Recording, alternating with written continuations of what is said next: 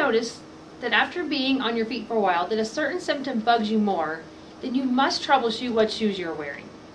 For instance, a patient who hadn't had back pain while mowing her lawn in a long time all of a sudden began having trouble again.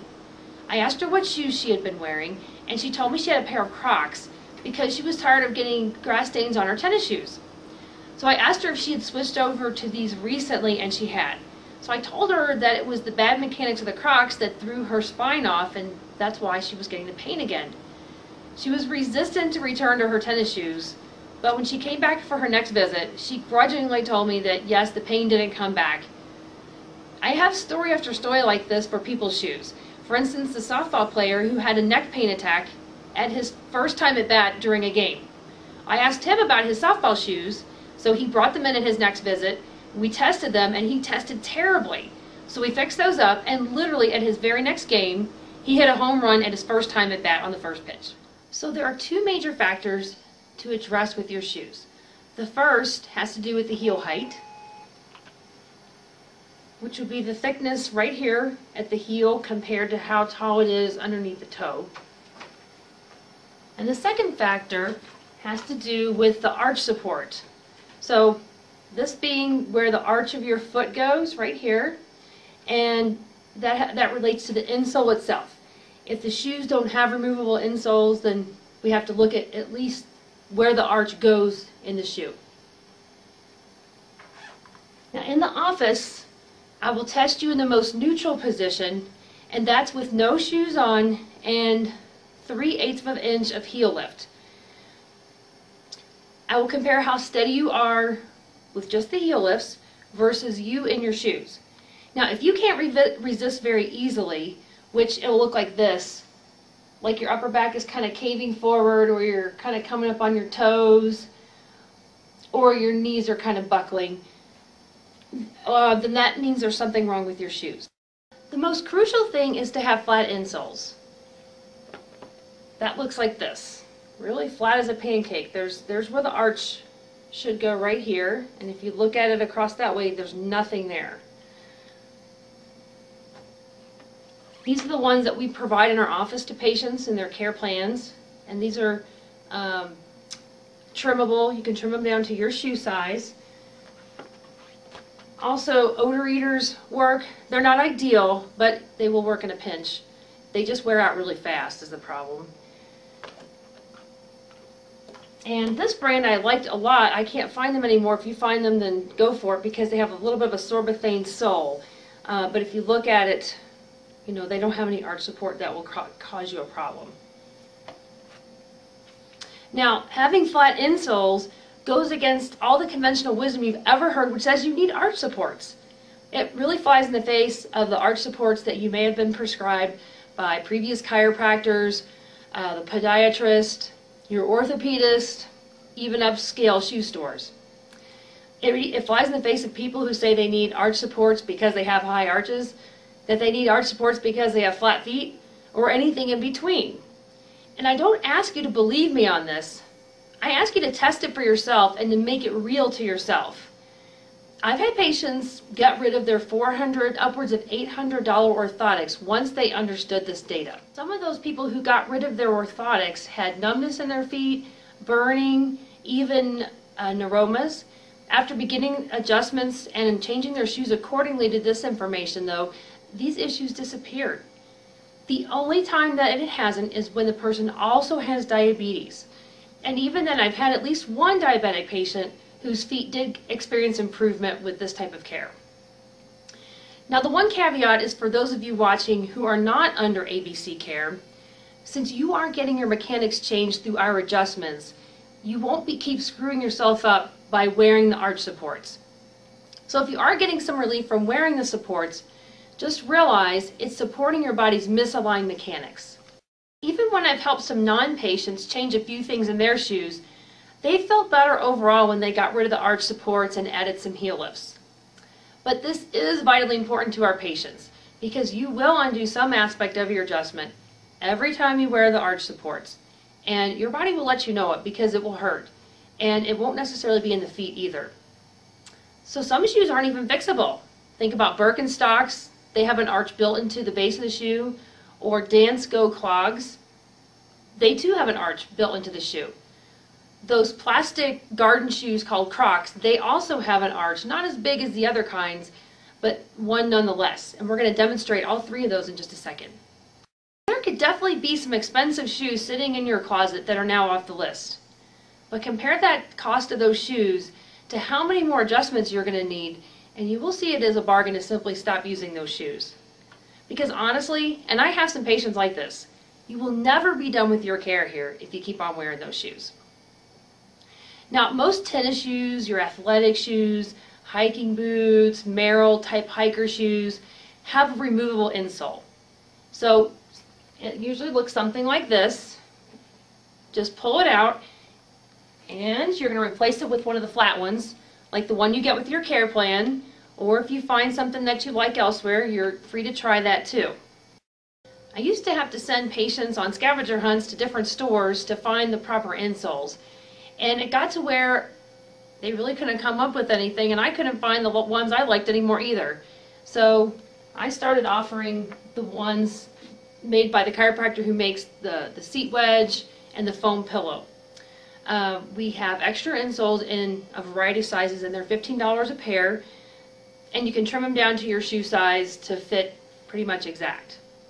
If you're in a jam, like I mentioned, you could use, the Dr. Scholl's insoles or the odor eaters, because they are flat, but they're going to wear out pretty fast, so you just have to keep that in mind and stay on top of that. Another kind that's out there is called hydropeds, and the gimmick with these is they have these little pockets of water in them. I found them at trade shows like at the golf show and the home show. I don't know if there's a retail place you can even find them. You could probably find them on the internet. They're not necessary to have. I do have a pair and I do like them a lot, but they're about $30 or so for one pair. So a little pricey. The next critical factor has to do with heel height. A lot of people have heard over the years that cowboy boots can be bad for you, and they've even heard this from chiropractors. Now, this is another misleading fact about good posture. People test better with some heel height. Some heel height allows the pelvis to tip forward. Now that allows the natural curve of your low back to form, and this just naturally allows your shoulders to stay back, which will keep your head back. When you wear really flat shoes, like shower shoes or flip-flops or kids' tennis shoes, or even padding around the house barefoot at home, this allows your butt to tuck under, your pelvis to tuck backwards, so then that makes this low back flat through here.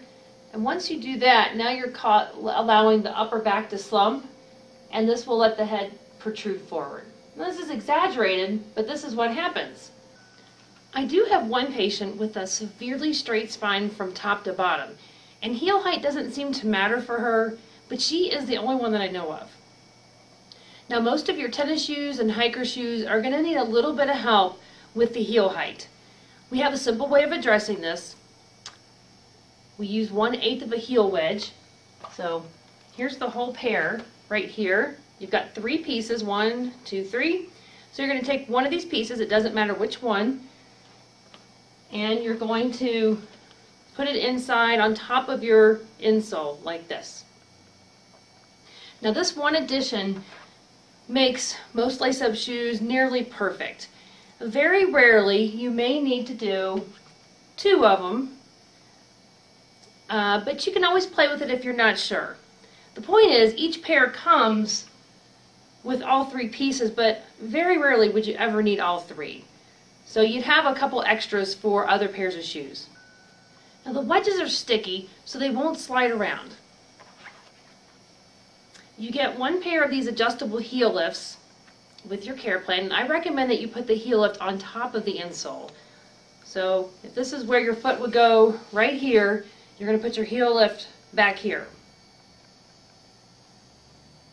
That way, if you have multiple pairs of shoes, you could literally just take this whole ensemble out of 1 pair and then put them into the other pair without your wedge losing its stickiness. Now, there is the point of diminishing returns, where if you wear shoes that are too tall, then your body will be feeling it. Now, that's not to say, ladies, you can never wear a pair of high heels again. Go ahead and enjoy.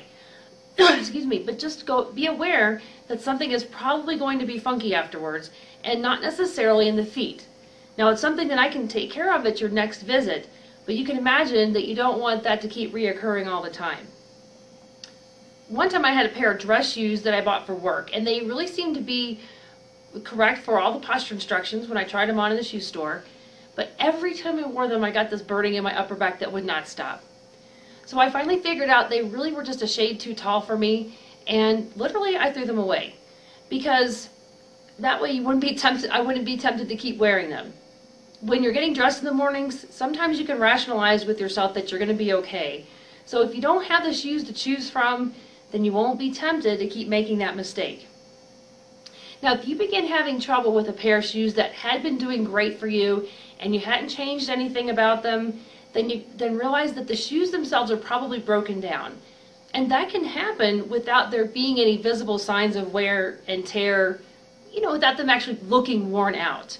The shoes just get broken down.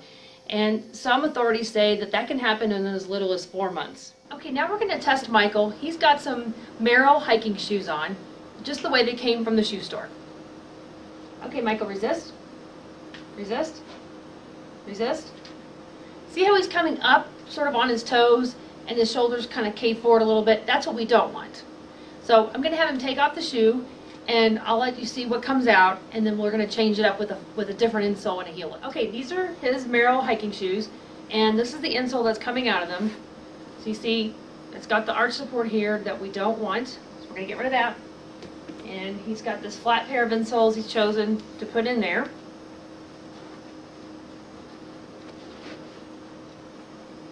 And he's also going to need a heel lift more than likely, so we're going to go ahead and test him with one level of the heel lift. Okay, so now we're going to test Michael with his shoes fixed up the proper way. All we did was take out the factory insole, we put in a flat insole, and we put in one level of heel lifts. Okay, resist, resist, resist, resist. Okay, he doesn't go anywhere. That looks really solid. That's what we really want to see. And that's how you can fix up most of your tennis shoes, hiking boots, and casual lace-up shoes. We're going to show Kim in the neutral position. She has no shoes on and just the heel lifts under her heels, just so you see how steady she should be. Okay, Kim, so resist, resist, resist. Alright, the first pair of shoes we're going to test on Kim are the infamous Crocs. And the problem with Crocs usually lies in the arch support that is built into the shoe. So there's no way to change this shoe. So we'll see how steady Kim is compared to when she was just on the heel lifts in the neutral position. Okay, Kim, so resist, resist, resist, resist. Okay, so you see how her shoulders sort of cave forward? That's going to be an indicator that something's wrong with the shoes. Okay, one problem that also exists besides the arch support itself is the amount of heel height. It's about the same amount of height here as it is here. So even if we try to put one level of heel lift in here, I'm going to have you see how it still doesn't make her steady. Okay, resist, resist, resist, resist. Okay, how did that seem, Kim? Not quite as stable. Okay.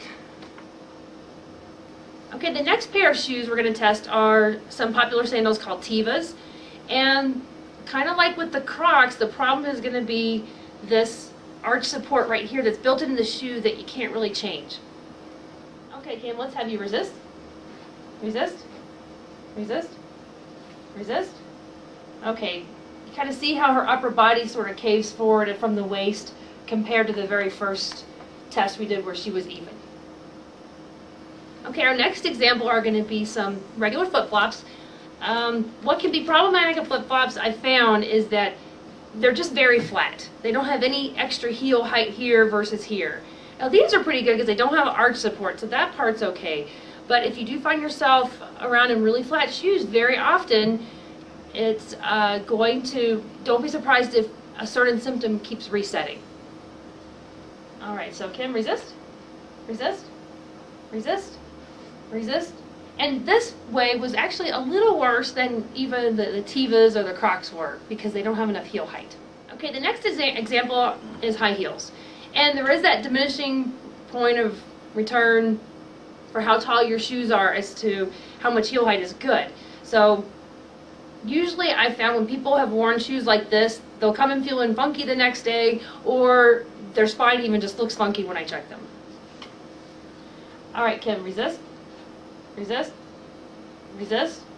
Okay, so far this has been the worst one yet for her. So high heels, you can draw your own conclusions. Okay, I'm going to demonstrate with Jay neutral, just barefooted on just the heel lifts, and then we'll compare him in his cowboy boots, and you'll see cowboy boots can actually be okay for you. All right, let's have you resist. Resist. Resist. Resist. Okay. All right, so now we've got Jay with his cowboy boots on, and notice how steady he is. Let's have you resist. Resist. Resist. Resist. Okay. The next shoe that we're going to test are Dansko clogs. And you're going to see that these don't test very well. And the reason why is they have the built-in arch support here, and there's no way to fix them because you can't take it out. Resist. Resist. Resist. Okay, so now we're going to test Marla with the clogs on. So, resist. Resist. Resist. Resist. See, her body's all over the place. That's going to totally screw her up every time she puts those shoes back on if she continues to wear them. Now, the last piece of data for you to know has to do with a tiny orthotic you can add back in. It comes in the form of the lowly Band-Aid. You only need it in one shoe, which is your side of breakdown. The tricky part about the Band-Aid orthotic is if you're wearing a shoe that needs a heel wedge, the Band-Aid doesn't seem to make much of a difference. But when you are wearing a shoe that doesn't need the heel wedge, then it really is a nice help. And you can experiment to see, does one Band-Aid stacked on top of the other work better for you than even just one? Sometimes two is better. Now you only need it on your breakdown side. In my case, this is my left shoe. This is the side that I adjust you on, and it's also the same side we were talking about when we did the sitting instructions and the sitting wedge. Now, Band-Aid brand apparently is superior to the generics. Probably, I think because they're thicker, they seem to work better. I have some in the office. The next time you're in, just make sure you ask for some if you need one. This concludes the information that you need to know in order to begin your path towards optimal structural alignment.